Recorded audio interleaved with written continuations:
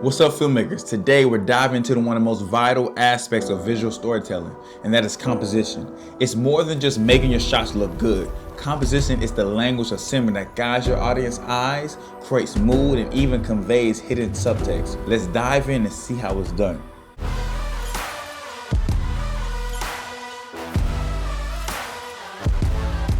So let's start with the rule of thirds, which is the foundation in visual storytelling.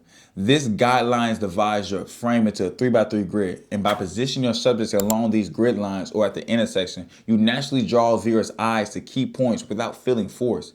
And Blade Runner 2049 used this technique brilliantly, Officer K's position along a vertical line, which background elements balancing out the other side, which keeps the shot feeling open yet structured. This placement highlights K's isolation in the frame, suggesting a deeper loneliness and tension as he interacts with Joe, his AI companion. It's not just about lining the subjects on the line, it's about finding a balance between visual interest and storytelling. Then in The Dark Knight, the rule of thirds does something entirely different. In the Batman Joker interrogation scene, Batman is framed along a line but shifts in and out of center focus as the tension rises, keeping the viewer off balance. The Joker's off-center framing against a stark background draws us to a chaotic energy, while Batman's position creates an unsettling balance. Reinforcing these two characters, though opposite, are locked into a disturbing equilibrium.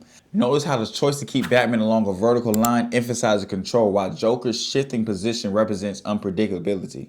Next up, we have leading lines, which uses elements like rows and railings or any lines within the environment to guide the viewer's eye directly towards a subject or focal point. Leading lines create depth and direct the audience focus effortlessly, even if you're not aware of it. In The Matrix, when Neo first enters a simulation, the hallway lines pull us down the corridor toward the door he must choose, symbolizing his journey into the unknown. These lines forces us to focus on Neo, drawing attention to the decision and the weight of what lies ahead. In the movie Skyfall, leading lines are used with breathtaking precision in the Shanghai skyscraper fight scene.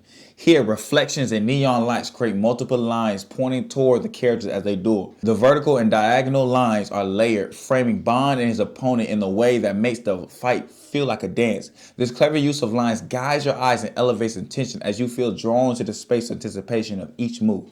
By carefully arranging these lines, filmmakers don't just create visually engaging shots, they also tell us where to look and, more importantly, how to feel.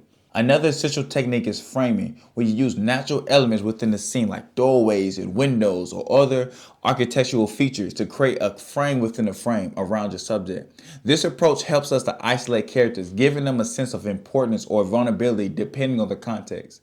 So in Spider-Man No Way Home, when Peter is seen sitting by his window, the framing around him not only provides a visual border, but also symbolizes entrapment and solitude.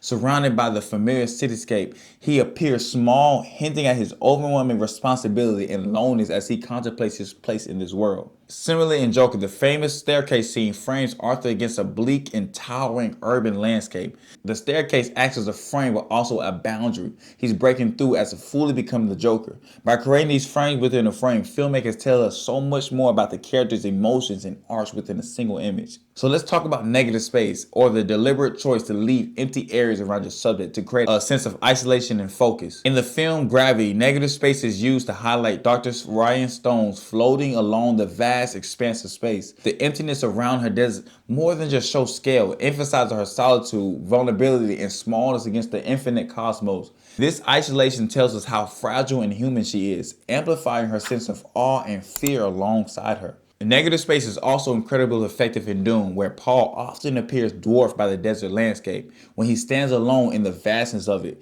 the empty space surrounding him captures both the overwhelming mystery and the danger of the desert, and his uncertain place within it. By surrounding him with nothingness, the filmmakers visually communicates Paul's insignificance in the grand scheme while hinting at his potential to overcome it.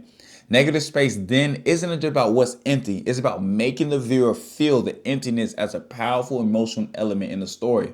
Then we have subtextual composition.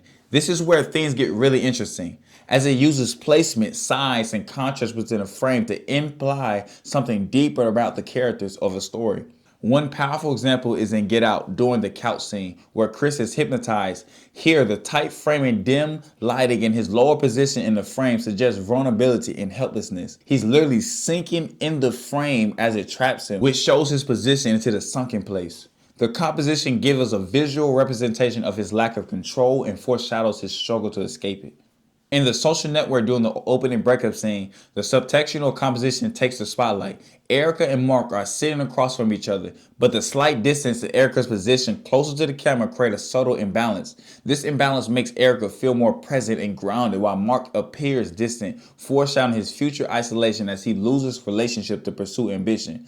It's a simple setup, but the composition tells us everything we need to know about Mark's character in a subtle, non-verbal way. Now that we covered the rules, let's talk about breaking them. Sometimes ignoring traditional rules like the rule of thirds can create a unique impact that both striking and unsettling way. In the social network during Mark's legal troubles, he often placed dead center instead of following the rule of thirds. Centering him creates a confrontational atmosphere and emphasizes his isolation as he faces judgment and consequences head on. This deliberate rule breaking amplifies his defiance, making him feel powerful yet vulnerable in the face of his own choices. Breaking the rules like this doesn't just make a shot visually distinct, it disrupts the viewer's expectation, which can be a powerful way to convey themes, character emotions, or tension. By knowing when and why to break the rules, filmmakers can emphasize story beats or add layers of complexity of their compositions. Finally, let's talk about composition as a tool for emotional storytelling. One excellent example is in a scene in Marriage Story where Nicole and Charlie have a heated argument. The cramped, slightly off balance frame makes us feel trapped within them, heightening the emotional weight of their confrontation. As their argument intensifies, the composition reflects their conflict, forcing us to witness their pain in the raw, vulnerable state of the crumbling relationship. Here, the tight, uncomfortable framing does more than show two people arguing. It makes the audience feel the intensity of the emotions, as if there's no escape from the rawness of the moment. When composition aligns with emotional beats, it allows the audience to experience the character's feelings. And there you have it, a breakdown of some of the most powerful composition techniques in filmmaking. Remember, the magic of composition isn't just about following or breaking the rules, it's about using these tools to serve your story. So as you plan your next shot, think about how these techniques can bring out the emotion, the mood, and the meaning behind every frame. If you found this breakdown helpful, make sure you give this video a thumbs up and subscribe for more filmmaking techniques. Drop a comment below with your favorite composition technique or a scene that you think that nailed it. See you in the next video.